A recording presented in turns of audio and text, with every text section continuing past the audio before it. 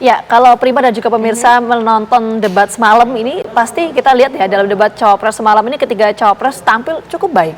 Ya, Gibran yang selama ini sebelumnya sempat diragukan ternyata tampil dengan percaya diri, sedangkan Mahfud MD yang dikenal ahli hukum juga ternyata bisa sangat menguasai panggung. Sementara itu, Mohaimin membawakan konsep baru ekonomi mereka, yakni Slepetnomics. Ya, lalu apa komentar dari para pakar tentang debat Cawapres semalam? Berikut selengkapnya.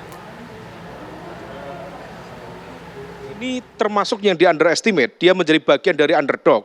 Tetapi dalam kesempatan ini setidaknya dia bisa menjawab kritikan itu. Menurut catatan saya, Gibran tadi tampil langsung cukup prima, dia tampil menyerang, dia tidak defensif.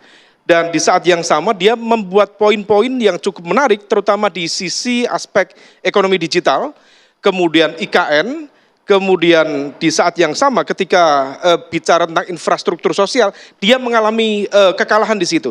Tetapi kemudian dia kembali bangkit lagi ketika bicara tentang instrumen pertanyaan yang tampaknya dipersiapkan secara serius, bicara dengan carbon capture and storage dan juga SGIE. Yang tampaknya ini adalah ilmu lama yang dulu dipakai Pak Jokowi dengan penggunaan pertanyaan TPID. Dan betul, ternyata gimmick itu, materi pertanyaan semacam itu masih cukup efektif untuk menghantam lawan. Nah, kemudian di sisi yang lain, Pak Mahfud sendiri tampil cukup optimal. Pak Mahfud langsung menyerang juga dan tidak menunjukkan keengganan, keseganan berhadapan dengan anak presiden.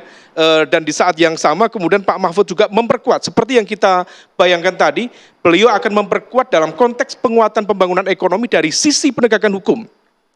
Dalam konteks tertentu itu bagus, kuat, tetapi memang terkesan agak monolitik. Selepet Imin itu tentu cukup menarik ya sebagai sebuah gimmick politik. Tetapi dalam konteks ini tampaknya perlu diperkuat dengan materi yang lebih optimal, sehingga kemudian tadi penekanan dalam konteks Slepetnomics menekankan pada aspek keadilan, tetapi dalam konteks perdebatan tadi Caimin mungkin barangkali ada rasa enggan untuk menghantam secara terbuka, sehingga yang ada malah beberapa kali Caimin terkena 2 kali selepet dari Mas Gibran tadi. Nah, ini dinamika dari sebuah debat, tetapi secara umum kita patut berikan apresiasi kepada 3 cawapres yang ada. Saya kira apa yang diberikan oleh Mahfud MD sangat operasional dan terukur. Salah satu diantaranya adalah yaitu bagaimana persoalan penanganan hukum di bidang ini semua. Karena memang kita harus jujur bahwa penanganan bidang-bidang yang kita sebut sesuai dengan tema tadi malam, saya kira sangat diwarnai ketidaktegakan hukum. Kalau persoalan hukum bisa ditegakkan dan dilakukan secara adil, sebenarnya persoalan-persoalan semua bidang yang didiskusikan itu akan tuntas.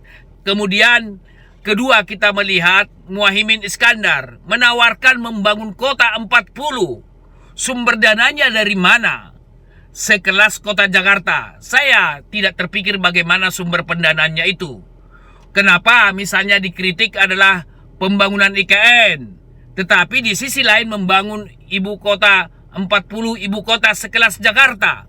Padahal pembangunan IKN itu tidak begitu tinggi biayanya dibanding membangun 40 kota setingkat atau sekelas Jakarta. Kemudian kita lihat adalah Gibran mengatakan modal untuk membangun IKN. Coba dicek di Google. Masa Google menjadi rujukan? Harusnya Gibran dalam hal ini adalah putra presiden, harusnya punya data dia tentang itu. Berapa modal yang sudah masuk ke IKN dari APBN, dari pengusaha dalam negeri, dari modal dari luar negeri. Sumbernya harusnya adalah Kementerian Keuangan, bukan googling.